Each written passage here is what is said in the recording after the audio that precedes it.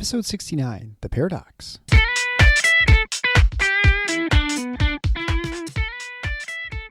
Welcome to The Paradox with your attending, Dr. Eric Larson. He is a practicing anesthesiologist and clinical assistant professor at Michigan State University College of Human Medicine.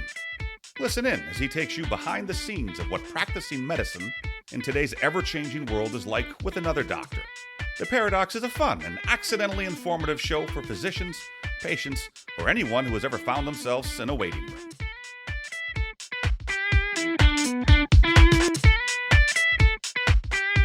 Welcome to The Paradox. I'm your host, Dr. Eric Larson. Thanks for joining me as we explore the U.S. medical system in a fun and informative format through expert analysis. Today's expert is Dr. Corey Fish, a pediatrician from Portland, Oregon. He graduated from the University of Washington and completed his pediatrics residency in Texas. For a few years, he practiced general pediatrics in an area without specialists. He tried practicing general pediatrics in a city swimming in specialists, but neither one quite felt right. Either way, he felt like he hadn't found his niche. That's when he opened his own pediatric urgent care, and the story goes on from there. Why we need pediatric urgent care centers versus regular urgent care, and what it means for quality health care and controlling costs. Urgent cares cost about 10% or less of what an ER visit does. So imagine how much better things would be if non-emergency care could be done in a quality, low-cost center. I'm certain you'll find this interview interesting, and if you're a doc or nurse practitioner or PA, perhaps this might be a career option for you. I'd like to take a brief moment to thank my patrons at Patreon. Thank you to Nicholas, Lucas, Brian, Eric, Deanna, Greg, Dan, and welcome back, Beline. If you'd like to support the show, you can go to patreon.com/theparadox. That's P-R-A-D-O-C-S. Not only do you get to support the programming, but you also get access to bonus content and shows, of which I'm producing now one a week. Of course, if you have not already done so, please subscribe in your favorite podcast player to the show so you don't miss an exciting, thrilling episode. But without further ado, Dr. Corey Fish and a discussion on his pediatric urgent cares. Oh, and mohawks. You'll have to listen to more to hear out his hairstyle choices. Enjoy. Well, hello, I'm here with my new friend, Dr. Corey Fish, who's a pediatric physician in Portland, Oregon. And he's got a really usual story. Well, unique. I wouldn't say unusual. It's a unique story that he has started an entrepreneurial sort of venture where you've sort of decided to do something completely different than a traditional pediatrics practice. So why don't you tell me a little bit about kind of how your evolution to getting to where you are today? I think you want to know why, like how I got into pediatrics. Well, I think you started residency, obviously went to pediatrics, but did you go straight out into a regular private practice? Did you get an employed model, and how did you end up sort of where you are right now? I did my residency in Austin, Texas. Excellent training, Dell Children's Medical Center of Central Texas. Learned a ton there. But one thing that I was often frustrated with is I just felt like things were so fragmented. The primary care doctors would admit kids to the hospital, and we'd get these kids who were direct admissions, and they would either be like not sick at all or like way sicker than billed, and there was just a lot of cooks in the kitchen. And so I said, I kind of want to live in a mountain town anyway. So I said, well, you know what? Like, why don't we just pack up, we'll go to like small town USA where there's no subspecialists and there's no children's hospitals, and I'll just do everything myself, and then I'll be happy and exactly able to kind of do everything that way that I feel like it should be done. So we did that. We moved to Bozeman, Montana, worked there for 2 years at a little practice called Acorn Pediatrics, which is now Hatch Pediatrics, and learned a ton, had some really great mentors there.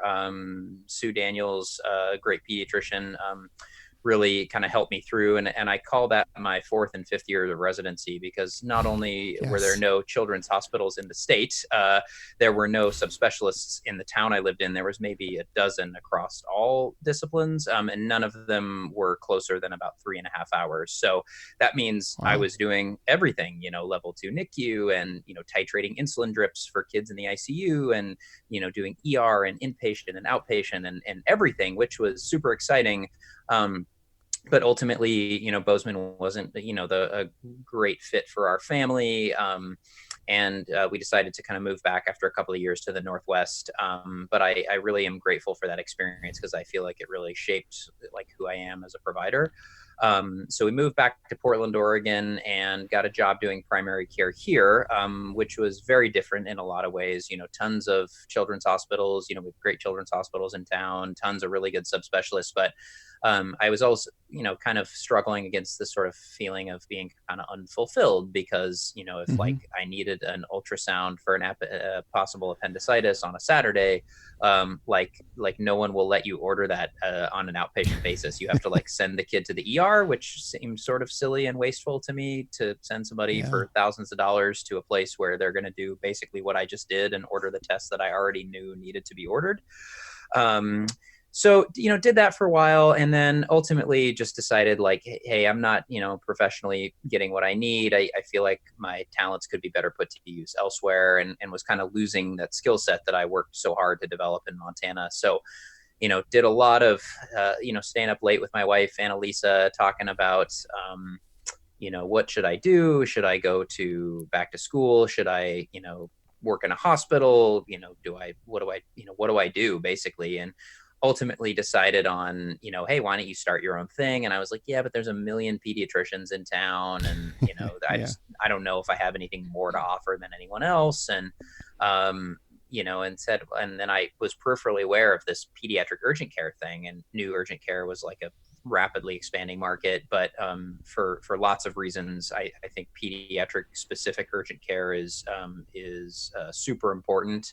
The whole kids are not small adults thing. And so decided that I was just going to open my own pediatric urgent care and kind of get everything set up and try to do, 80% plus of what you can get in an ER, but at, 1/10 of the cost and, 1/4 of the amount of time it takes.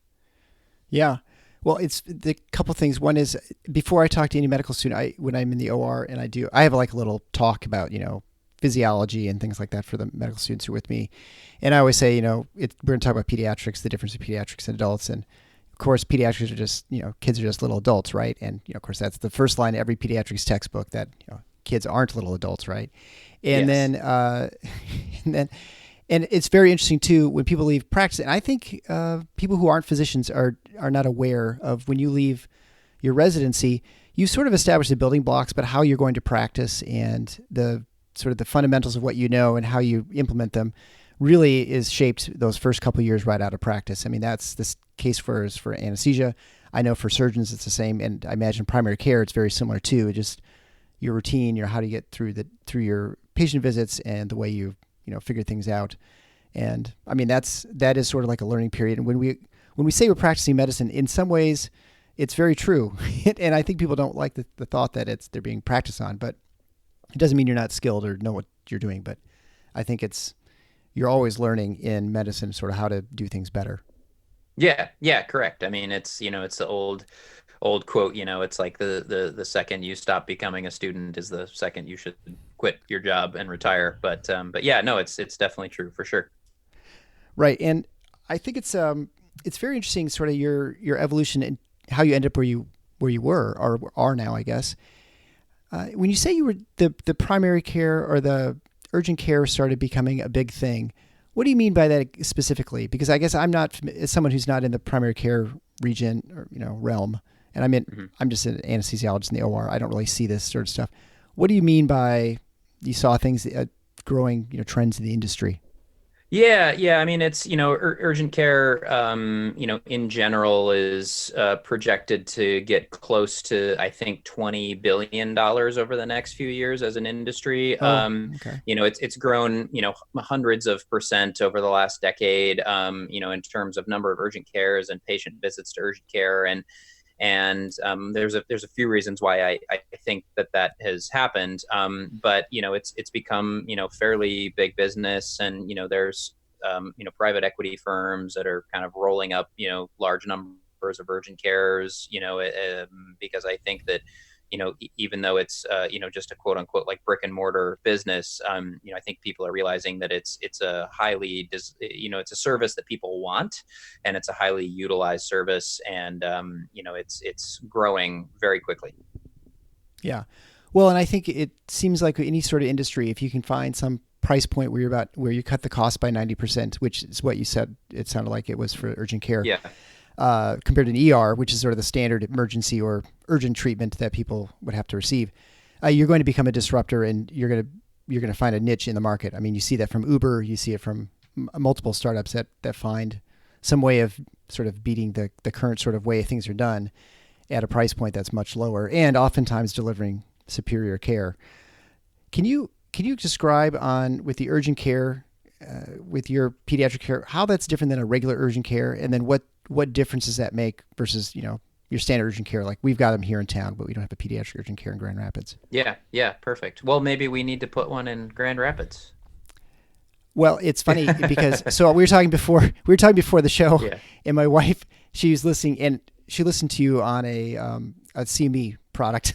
You were giving a talk at some conference, I suppose, and she stopped. She often talks. I find this very funny that she talks to me about her CMEs, because half of them, when I turn them on and listen to them, they mention the word poop, which is something you don't hear anywhere else in medicine except unless you listen to pediatric talks. That's true. That's very true. Or like people crying and stuff. It's just not something you hear anywhere else. And I'm talking about the cardioprotective effects of isoflurane through cardiothoracic anesthesia. It's like, this is totally different. But she stopped and she said, "This is something we absolutely need here in town. So why don't you explain why it's so different and why it's advantageous?" Yeah, definitely. And so I think, it's pediatrics is really a specialty unto itself.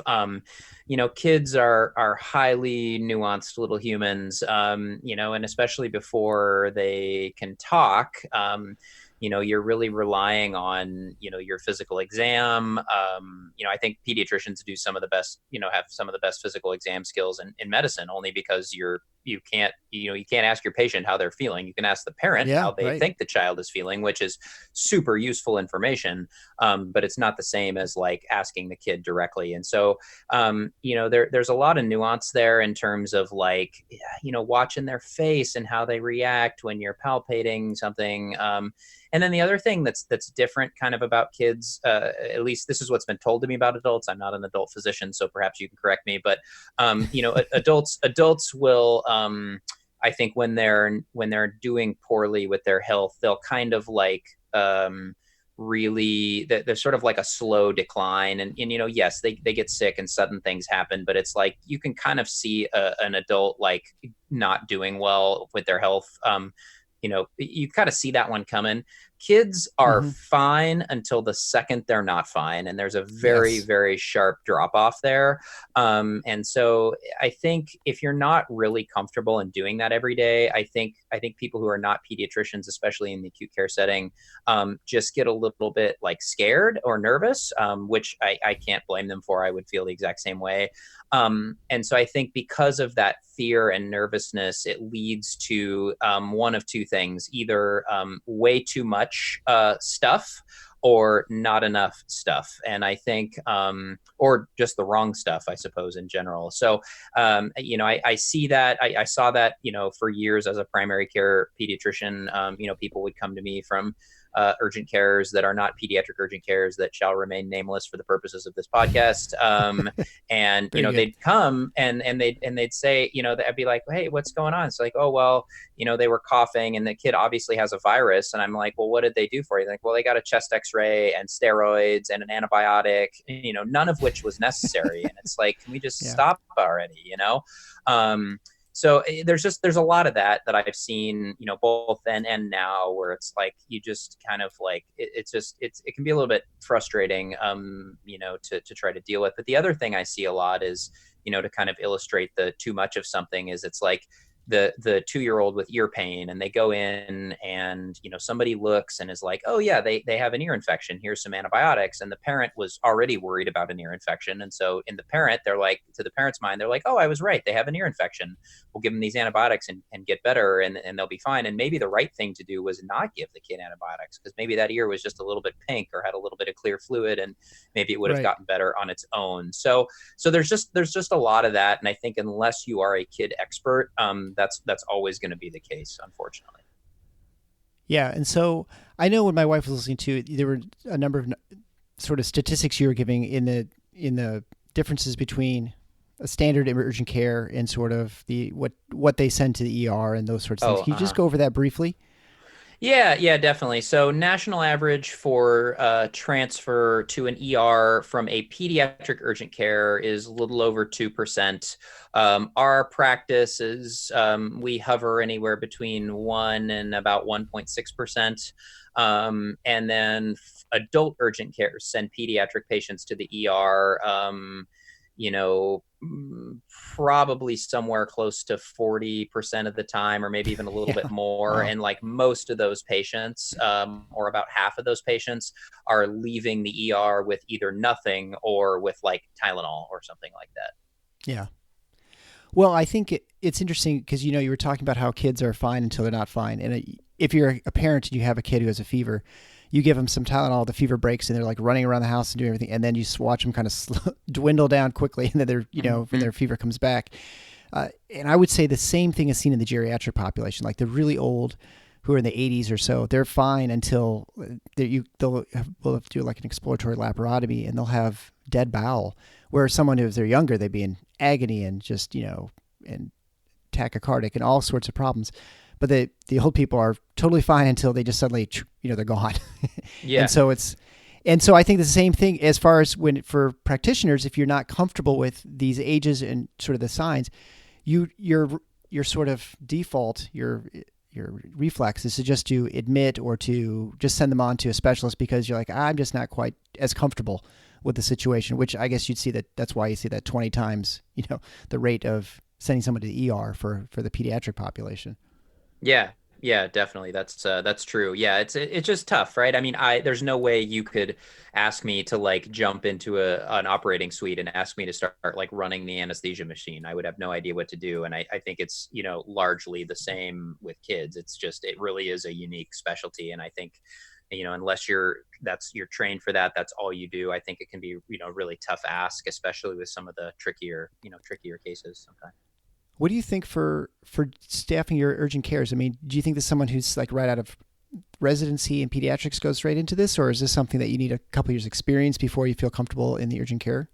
Yeah, I think I think it's not there's not enough of a pattern there to say one way or the other. Mm-hmm. I've certainly met new brand new providers who were awesome and could do great. I think it's more of a mindset thing, to be honest with you. I think just the people who I've seen have the most success in this type of setting are able to first of all, kind of get into their flow state when things are crazy, which is how I kind of operate. I sort of, when things are feeling crazy and busy and fast and there's sick kids and stuff, I kind of zen out on that and I'm able to sort of move through that and keep a level head. And I think not everybody is suited for that sort of work. And then I think the other thing is the other kind of main predictor for success that I've seen is folks being able to just like say, okay, I haven't seen this exact thing before, but this is what I know from my medical knowledge. This is what I know from physiology. This is what I can infer to this new situation based on what I already know and think critically and be able to make a decision. Because if you can do that, most of the time you're going to be right, but it's just having the confidence to trust that. But not being so confident that you're gonna, make a wrong decision. One thing I learned that's stuck with me a lot is your confidence to competence ratio, and you should always keep your confidence to competence ratio less than 1. That's not my idea. I stole it from one of my attendings at the UW School of Medicine. I don't remember who that is, so if you're listening, sorry, I stole your idea. Well, it's very true. And you'll find residency directors they'll always come in. They'll say, when they're looking for the selection process for medical students, who they want to get in their residency, they will always tell you that I want someone who's going to be dependable, who's going to show up and who knows what they know. And most important thing is that they know what they don't know. And that's the dangerous docs are always the ones who think they know everything and lack that humility and have the confidence that exceeds their competence. Yes, correct. So one question I had too about this is that, it looks like initially you had one clinic, I think it's called the Pacific Crest Children's Urgent Care, and then you decided to rebrand and become Brave Care. Yes. Can you explain that decision and what that sort of means?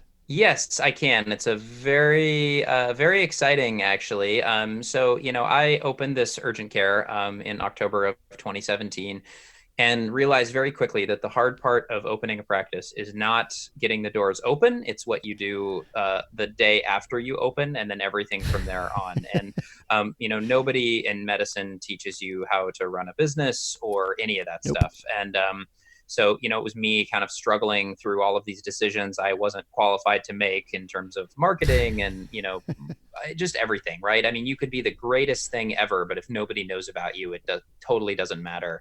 Um, Right. and so I was sort of limping along, miserable, working, 70 plus hours a week. And then I was very lucky enough to meet my business partner and now our CEO, Darius Monsef, who is kind of a serial entrepreneur, has done a number of things in the startup space, and has 3 kids, one of whom split his chin open.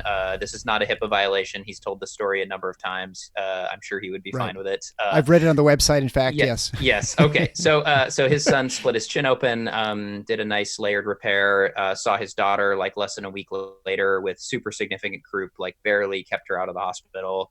And he was like, "Hey, I'm looking for my next thing. I've done some stuff in tech and, in the startup world. I just want to see if there's an opportunity here." And so we talked and met, and he kind of pitched me on this idea. He's like, "Hey, look, what if we build something together? And what if instead of you just struggling through this, I come in, I help, we bring in some investment dollars, and we really start working on, what, we hope to be sort of one day a national pediatric healthcare company founded on the principle of taking the best care of kids and families and taking the best care of our employees and staff." And that's really kind of our guiding principle. We believe that we can build a successful business based on that, as opposed to what everyone else does, which is how can I cut costs and make people's lives miserable and all of that. So we met, we started working together, brought in some investments, raised a pre-seed and then a seed round,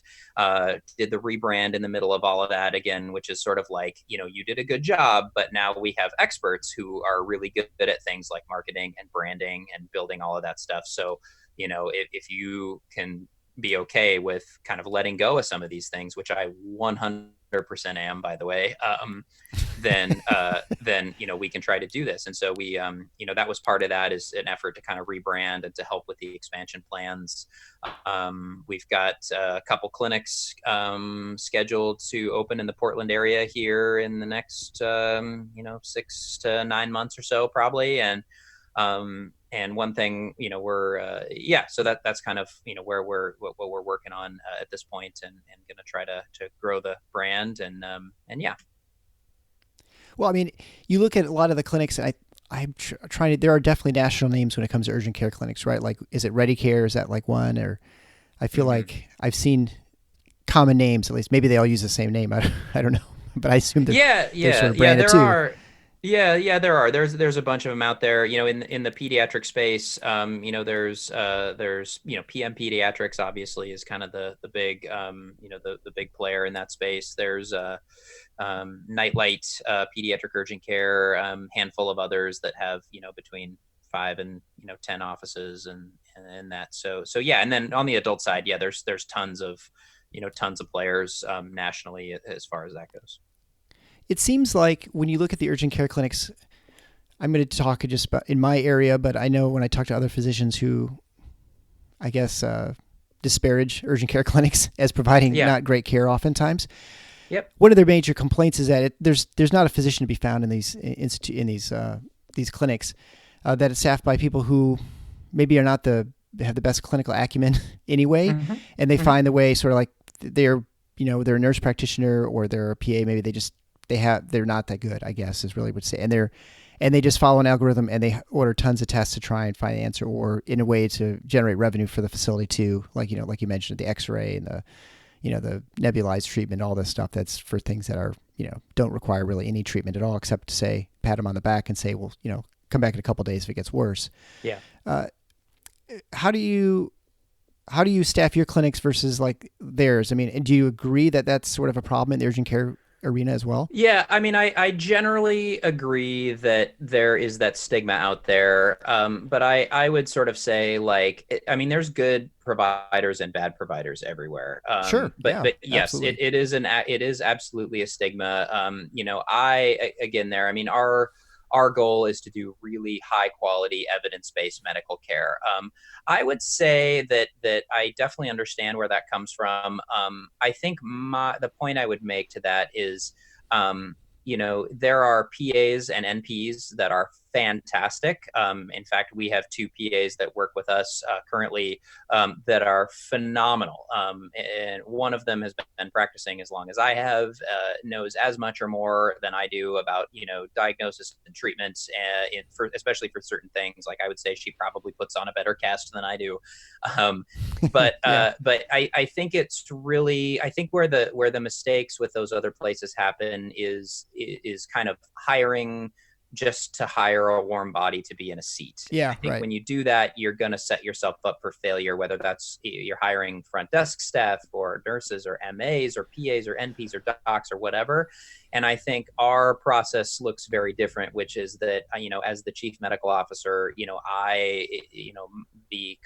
medical customer service and medical delivery and standardization of healthcare, I feel falls squarely on my shoulders. And I have a very high bar for how that gets done. And so, we don't tolerate, things like, ordering tests when they shouldn't be, or ordering medicines when they shouldn't be, and this and that and the other thing. So I think our process, just in terms of who we put in those positions, looks very different. But the other point I want to make, and we're running into this a little bit too, is it's been very easy to find a large pool of PA and NP candidates for these types of positions. It has been very hard to find any sort of pool for traditional, MDs and DOs. And Right.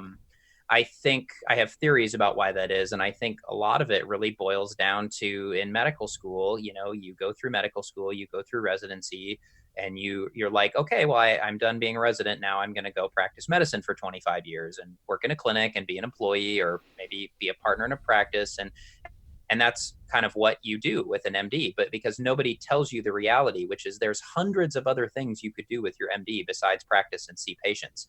And I think we're not taught to sort of have that entrepreneurial mindset. And so for me, I have that. And so it was easy to kind of be like, hey, I'm going to open this clinic, and then say yes to what has turned out to be an amazing partnership with our CEO, and now the rest of our co-founders and employees and staff that we have, and these great talented people that we work with.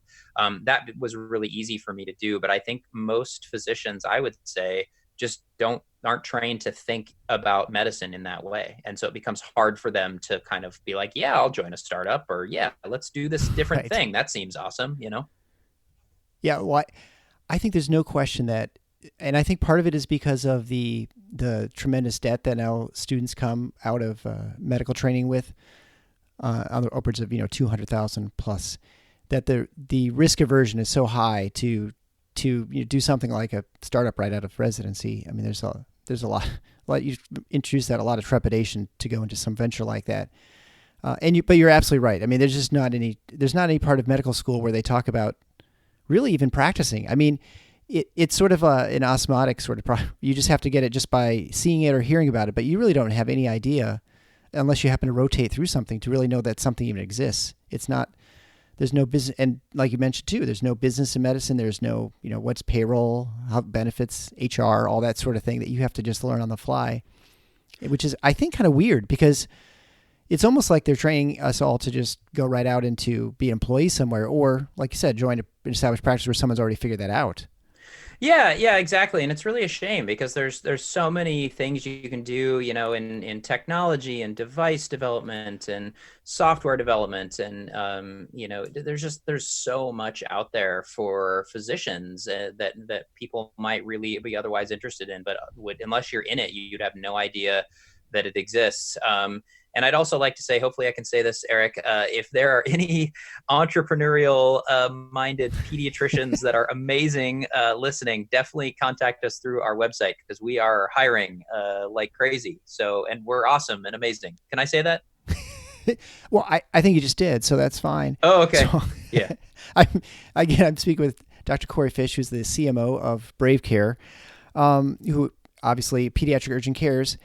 And so obviously you think it's scalable. This is something you're not looking just to keep in the Portland, Oregon area. Correct. You're looking to move this out of state. Yep. All the way across country, wherever. Is it sort of it? And you don't have to certainly tell me if this is sort of proprietary, but it's a strategy. You find a place with a couple people who are interested in doing this, who can start a practice. You're just like, here we can put a foothold in whatever city this is, because we've got a couple people who are interested, who seem like good candidates.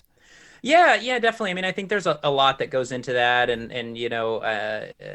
kind of who the players are in a location. I mean, we're not looking to be super aggressive and to be jerks about it, but I think there's several paths. There's places like maybe Grand Rapids where this kind of thing doesn't exist, or other places like that. Right. But there's also kind of this quote unquote acqui-hire path where it's maybe people like me who bit off a little more than they can chew, and just are kind of like, hey, I have this thing, I'm feeling really good about it, but I want to keep doing it, but I want maybe somebody to come in and just sort of run the business, do a rebrand and kind of just go from there. And then, there's people who are maybe want to do that, but don't necessarily have the resources or the know-how. And you could kind of, do things that way as well. So I think there's several avenues open to us now, which is fun and exciting.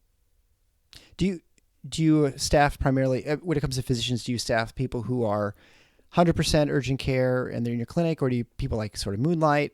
And then how many docs do you need to run a clinic? Because I assume you're open not 24/7, but you're open 7 days a week, probably. Yeah. We're open 10 to 10, 7 days a week. And I think, we've been doing okay with like one provider on, and enough support staff. I think we're kind of at the point now where we're going to need to add a second provider on, and I think some of that has to do with like, are you hiring somebody who already has a bunch of patients that know about them and maybe you'll kind of ramp quickly, or is it somebody who's relatively unknown in the community? So, so there are 3 of us providers now, hopefully going to have another 1 or 2 hired within the next week or two. But typically for a clinic, we sort of have kind of guesstimated at 4 to 5 providers per clinic, and then just at more as the volume dictates. But at some point the number of exam rooms becomes your limiting factor more than just providers, right? Because you can't have 10 exam rooms and just keep putting providers in to deal with overload, because eventually you're going to run out of rooms. So at some point it becomes more about that than the provider count. Yeah, well, that's where I suppose you think, well, we just need to open on the other side of town or something, right? Exactly. Get so yeah, busy. yeah, exactly. Yep, we just need to open another space. Yeah. Well, I guess the other one I was wondering about is, you're the CMO now. You were doing everything, like most startup people, and I don't know how much you're familiar with direct primary care, but I've interviewed a number of direct primary care physicians, and they're, for the most part, they're solo practitioners who go in and they just have a membership, based practice where you just pay $50 a month and then you get all your care through them, and they have a lot smaller patient volume, but they have to figure out the whole business, everything. And they usually can't scale up too much unless they start bringing other docs on with them. And so you obviously, it's a little different. You're a chief medical officer. I assume you're doing some clinical work. Are you planning on maintaining some clinical, you're toeing the water all the time? I mean, how do you separate the business aspect and the investing part, and then also to actually, do the medicine, which is the fun part too?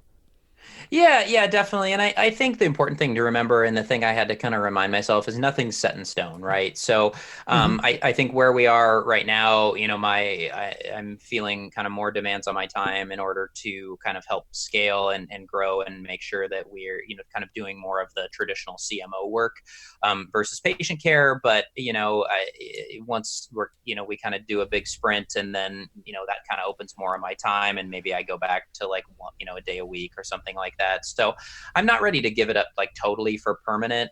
But I'm very much to my surprise, I'm finding myself being really interested in the management side of things, and really kind of seeing myself as this evangelist for what our medical culture should be. So that's kind of what it's been really interesting to think about that, and hiring and managing people, and it's been kind of fun. And I never would have, if you would have asked me this 10 years ago, if I ever would have thought I would have been interested in that, I wouldn't have said hell no. But this is it's actually been quite a pleasant surprise. Well, it is interesting how you, throughout your different parts of your career, you encounter new puzzles. And, I think medicine, and like you mentioned with just trying to diagnose a kid who's a 2-year-old, they can't tell you anything. They can maybe vaguely tell you their tummy hurts or something. And so you got to puzzle it out. And that's sort of what you do as the CMO. I know when I was president of my anesthesia group, it was a lot of fun. The strategic parts were very fun. The things that were not fun is, if you talk to anyone who's in management, is the personnel issues, the things you deal with yes. people saying things and doing things. And that's the thing that makes you want to just wish you didn't have that position. But the other part, running the business, is actually kind of fun. Yes, it is, and very thankful for our area practice manager, Marlon Williams, who we just hired, and Mariam Tahiri, our chief operations person, who thankfully deal with the bulk of the HR thing, so I don't have to. I mean, it doesn't work well when the physician who is working with everyone all the time does yes. the HR stuff. I've been at other places where that's not gone well, and it just doesn't work. And thankfully, I don't particularly care for it all that much. But because I don't think it works well, then I can largely just sort of stay out of it, which is kind of nice. That is a skill that I admit I was not very good at, and I think it's really challenging to be able to. I don't. Discipline's maybe the wrong word, but to actually especially if you have to maintain a working relationship with someone, to really say you're in the wrong, you've got to clean your act up or whatever, and then actually deliver that message so that they get the message, but do it fairly. And I mean, it's really challenging, as anyone who's been in management would tell you, I'm sure. Yeah, I think it goes better when there's some third party that's neutral that deals with that stuff, and that's kind of how we've set it up, and it's been great, actually. Although we have such an amazing team of people that we rarely have to deal with that, which also feels really nice. The final question I had about your practice, when you went to go, I mean, you had an established practice. You met this individual. I forgot his name. Darius. Yeah, Darius Montsev. Yeah. Darius, right. And so he said, "Hey, let's take this to a different level, or we'll scale this up." Did he tell you how to do all the venture capital and how it's sort of all that sort of plan? Did he know how to do all that? Is that sort of what he brought to the table? Yeah, definitely. I mean, he has had a couple successful exits from startups. Most recently was with a company called Sightbox, which was a prescription contact lens, business. You pay your fee, you get your yes. contacts, you get your eye exam, and that was acquired by Johnson & Johnson. And so he's just really well known, and he's a wonderful kind of big idea, vision, overall direction person. He's just got a good knack for that. And I mean, most people in startup land don't succeed ever. And for somebody to have a couple successful exits and a couple other successes, it's like you got to be doing something right. Plus, I really like the guy. We've actually gotten to be really good friends, which is super awesome. It feels great to work with somebody like that. He definitely knows how to, he's seen the movie, he knows how it ends.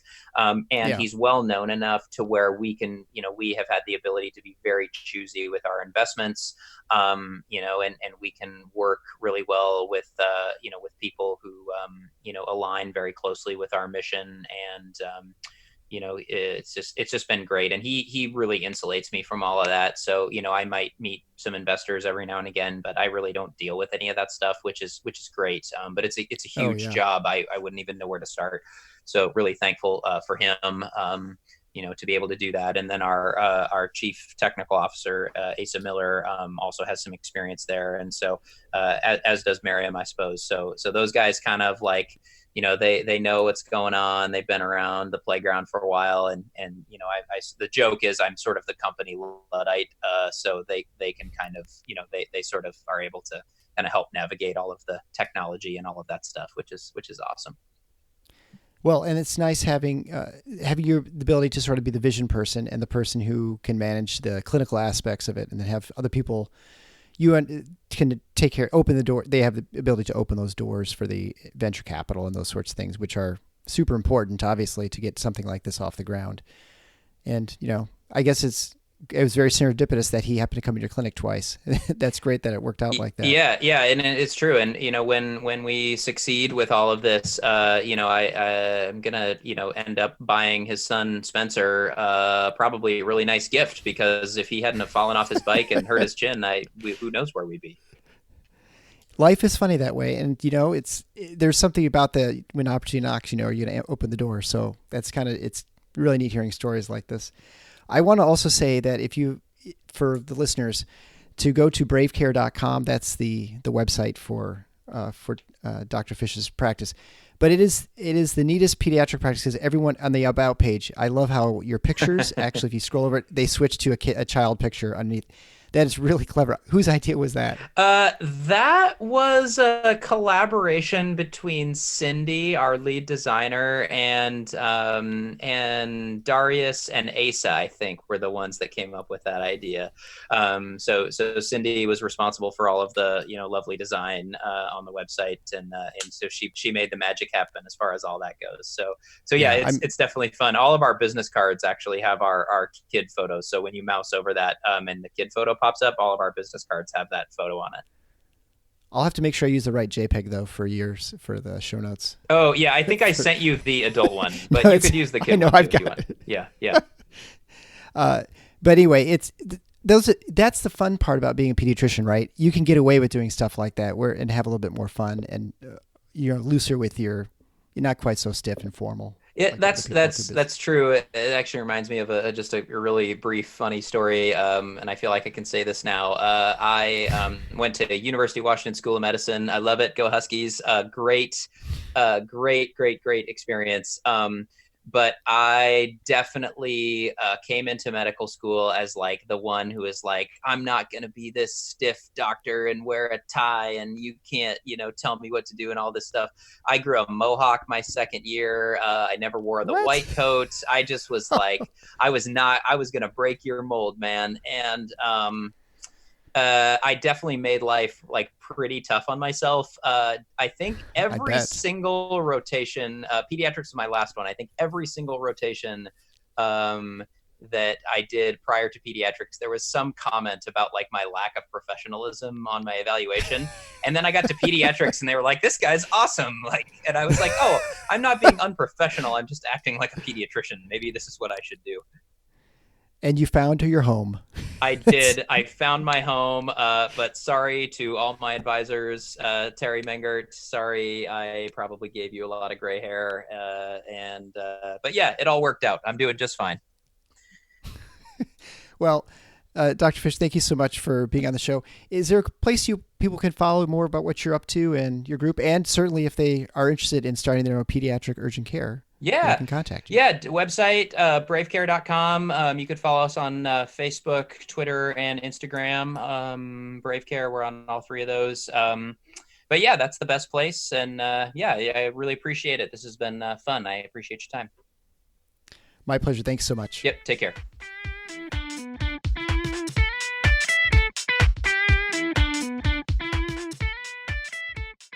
Thanks for listening to The Paradox. If you like what the doc is doing, please subscribe and leave a review on iTunes or Stitcher. And share the show with your friends. Become a supporting listener to get access to special bonuses at patreon.com/theparadox. Show notes can be found at theparadox.com.